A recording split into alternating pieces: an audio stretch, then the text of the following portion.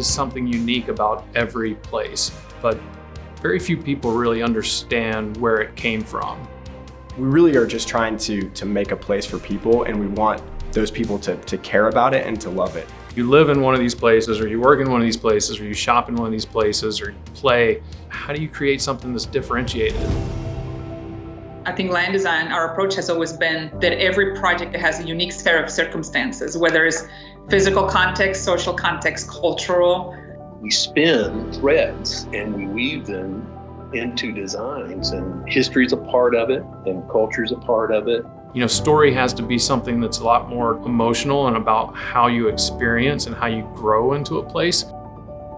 We're trying to create that vision, that story. You know, we understand how future growth can occur. And so we're constantly thinking about how that translates to infrastructure planning. At the front end of every project, you've got a civil engineer sitting there helping make sure that that vision and that story can be executable.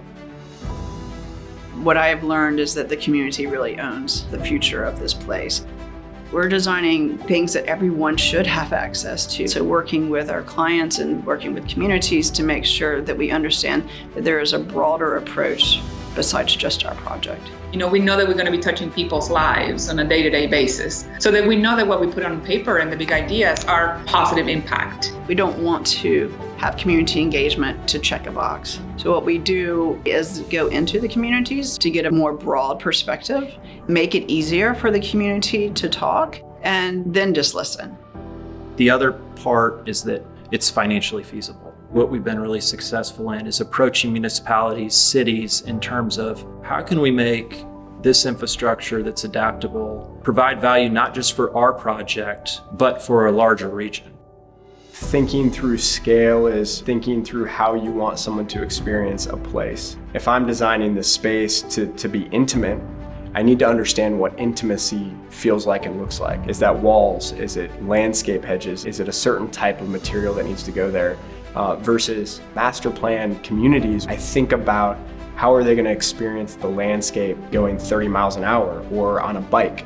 You have to think on a bigger scale because everything you're doing, no matter how small it is affecting something else.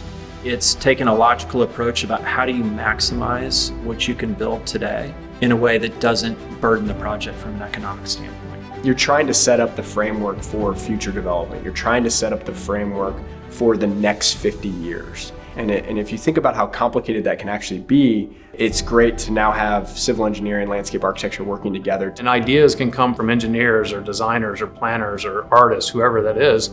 But where that always comes down is what's going to be the best experience for someone living there, working there, and how do we get to that point? And then we have to be willing to react, be willing to pivot, be willing to change, and not be stubborn. There's a lot of different answers. There's a lot of right answers, but there's a best right answer.